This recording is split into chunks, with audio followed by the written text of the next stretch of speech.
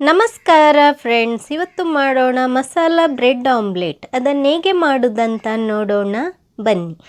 ಈಗ ಅದಕ್ಕೆ ಬೇಕಾದ ಸಾಮಗ್ರಿಯನ್ನು ನೋಡೋಣ.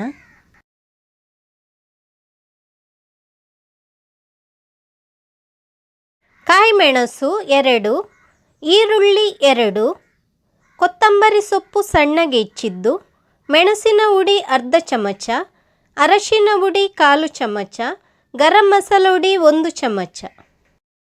ಈಗ ಒಂದು ಪ್ಯಾನಿಗೆ ಸ್ವಲ್ಪ ಎಣ್ಣೆ ಹಾಕ್ತಾ ಇದ್ದೇನೆ. ಎಣ್ಣೆ ಹಾಕಿದ ನಂತರ ಎಣ್ಣೆಯನ್ನು ಎಲ್ಲ ಕಡೆಗೂ ಸ್ಪ್ರೆಡ್ ಮಾಡ್ಕೊಳ್ಬೇಕು. ಈಗ ಕಾಯಿಮೆಣಸು ಹಾಕ್ತಾ ಇದ್ದೇನೆ, ಈರುಳ್ಳಿ ಹಾಕ್ತಾ ಇದ್ದೇನೆ. ಕಾಯಿಮೆಣಸು ಮತ್ತು ಈರುಳ್ಳಿಯನ್ನು ಸಣ್ಣಗೆ ಹೆಚ್ಕೊಂಡು ಹಾಕಿದ್ದೇನೆ. ಈಗ ಅದನ್ನು ಫ್ರೈ ಮಾಡ್ಕೊಳ್ಬೇಕು. ಜಾಸ್ತಿ ಹೊತ್ತು ಫ್ರೈ ಮಾಡೋದು ಬೇಡ, ಸ್ವಲ್ಪ ಹೊತ್ತು ಫ್ರೈ ಮಾಡಿದರೆ ಸಾಕು. ಈಗ ಉಪ್ಪು ಹಾಕ್ತಾ ಇದ್ದೇನೆ. ಉಪ್ಪು ರುಚಿಗೆ ಎಷ್ಟು ಬೇಕಂತ ನೋಡ್ಕೊಂಡು ಹಾಕಿದರೆ ಆಯಿತು. ಮೆಣಸಿನ ಹುಡಿ, ಅರಶಿನ ಹುಡಿ, ಗರಂ ಮಸಾಲ ಪೌಡರ್. ಈಗ ಇದನ್ನು ಚೆನ್ನಾಗಿ ಹುರ್ಕೊಳ್ಬೇಕು. ಮಸಾಲೆಯನ್ನು ಸ್ವಲ್ಪ ಹೊತ್ತು ಎಣ್ಣೆಯಲ್ಲಿ ಹುರ್ಕೊಳ್ಳೋದರಿಂದ ಒಳ್ಳೆ ಟೇಸ್ಟ್ ಬರುತ್ತೆ. ಮೆಣಸಿನ ಹುಡಿ ಹಾಕುವಾಗ ನಿಮಗೆ ಎಷ್ಟು ಖಾರಕ್ಕೆ ಬೇಕಂತ ನೋಡ್ಕೊಂಡು ಹಾಕಿದರೆ ಆಯಿತು. ನಾವು ಆಗಲೇ ಕಾಯಿ ಮೆಣಸನ್ನು ಕೂಡ ಹಾಕಿದ್ದೇವೆ, ಹಾಗೆ ಖಾರ ಎಷ್ಟು ಬೇಕಂತ ನೋಡ್ಕೊಂಡು ಹಾಕಿದರೆ ಆಯಿತು. ಕೊತ್ತಂಬರಿ ಸೊಪ್ಪು ಹಾಕಿದ್ದೇನೆ. ಕೊತ್ತಂಬರಿ ಸೊಪ್ಪು ಕೂಡ ನಿಮಗೆ ಎಷ್ಟು ಬೇಕಂತ ನೋಡ್ಕೊಂಡು ಹಾಕಿದರೆ ಆಯಿತು. ಅದು ಬಾಡುವವರೆಗೂ ಹುರ್ಕೊಳ್ಬೇಕು. ಈಗ ಕೊತ್ತಂಬರಿ ಸೊಪ್ಪು ಬಾಡಿದೆ, ಗ್ಯಾಸ್ ಆಫ್ ಮಾಡೋಣ. ನಾನಿಲ್ಲಿ 6 ಮೊಟ್ಟೆಯನ್ನು ತಗೊಂಡಿದ್ದೇನೆ. 6 ಮೊಟ್ಟೆಗೆ 2 ಈರುಳ್ಳಿಯನ್ನು ಹಾಕಿದ್ದೇನೆ. ನಿಮಗೆ 3 ಮೊಟ್ಟೆದು ಮಾಡೋದಾದರೆ 1 ಈರುಳ್ಳಿಯನ್ನು ಹಾಕಿದರೆ ಸಾಕು.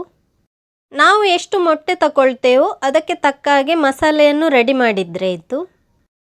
ಈ ಬ್ರೆಡ್ ಆಮ್ಲೆಟನ್ನು ಒಮ್ಮೆ ನೀವು ಕೂಡ ಟ್ರೈ ಮಾಡಿ ನೋಡಿ, ತುಂಬಾ ಚೆನ್ನಾಗಿರುತ್ತೆ. ಈಗ ನೋಡಿ, ಮೊಟ್ಟೆಯನ್ನು ಒಡ್ಕೊಂಡು ಅಕ್ಕಿ ಆಗಿದೆ. ಈಗ ಇದಕ್ಕೆ ಉಪ್ಪನ್ನು ಹಾಕೋಣ. ಉಪ್ಪು ರುಚಿಗೆ ಎಷ್ಟು ಬೇಕಂತ ನೋಡ್ಕೊಂಡು ಹಾಕಿದರೆ ಆಯಿತು. ಈಗ ಇದನ್ನು ಬೀಟ್ ಮಾಡಿಕೊಳ್ಬೇಕು. ನಾವು ಆಗಲೇ ಮಸಾಲೆಗೆ ಕೂಡ ಉಪ್ಪನ್ನು ಹಾಕ್ಕೊಂಡಿದ್ದೇವೆ, ಅದಕ್ಕಾಗಿ ಎಗ್ಗಿಗೆ ಉಪ್ಪನ್ನು ಹಾಕುವಾಗ ನೋಡ್ಕೊಂಡು ಹಾಕಿದರೆ ಆಯಿತು. ಈಗ ಬೀಟ್ ಮಾಡಿ ಆಗಿದೆ. ಮಸಾಲೆಯನ್ನು ಹಾಕ್ತಾ ಇದ್ದೇನೆ. ನಾವು ಆಗಲೇ ಫ್ರೈ ಮಾಡಿಟ್ಟಿರುವ ಮಸಾಲೆಯನ್ನು ಹಾಕ್ಕೊಳ್ತಾ ಇದ್ದೇನೆ. ಈಗ ಅದನ್ನು ಚೆನ್ನಾಗಿ ಬೀಟ್ ಮಾಡಿಕೊಳ್ಬೇಕು. ಮಸಾಲೆ ಮತ್ತು ಮೊಟ್ಟೆ ಚೆನ್ನಾಗಿ ಸೆಟ್ ಆಗುವವರೆಗೂ ಅದನ್ನು ಮಿಕ್ಸ್ ಮಾಡ್ತಾ ಇರಬೇಕು. ಈಗ ನೋಡಿ, ಮೊಟ್ಟೆ ಮತ್ತು ಮಸಾಲೆ ಚೆನ್ನಾಗಿ ಸೆಟ್ ಆಗಿದೆ. ಈಗ ಬ್ರೆಡ್ಡನ್ನು ಫ್ರೈ ಮಾಡಿಕೊಳ್ಬೇಕು. ಅದಕ್ಕೆ ನಾನಿಲ್ಲಿ ಕಾವಲಿಯನ್ನು ಇಟ್ಟಿದ್ದೇನೆ. ನಾನಿಲ್ಲಿ ಕಬ್ಬಿಣದ ಕಾವಲಿಯನ್ನು ತಗೊಂಡಿದ್ದೇನೆ. ನೀವು ಬೇಕಿದ್ದರೆ ನಾನ್ ಸ್ಟಿಕ್ಕಲ್ಲಿ ಕೂಡ ಮಾಡ್ಕೊಳ್ಬೋದು. ಬ್ರೆಡ್ಡನ್ನು ತುಂಬ ಫ್ರೈ ಮಾಡ್ಕೊಳ್ಳೋದೇನು ಬೇಡ, ಸ್ವಲ್ಪ ಫ್ರೈ ಮಾಡಿದರೆ ಸಾಕು.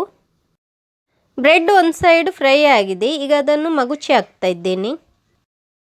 ಬ್ರೆಡ್ಡನ್ನು ಫ್ರೈ ಮಾಡುವಾಗ ನಾನು ಎಣ್ಣೆಯನ್ನು ಹಾಕ್ಕೊಳ್ಳಿಲ್ಲ.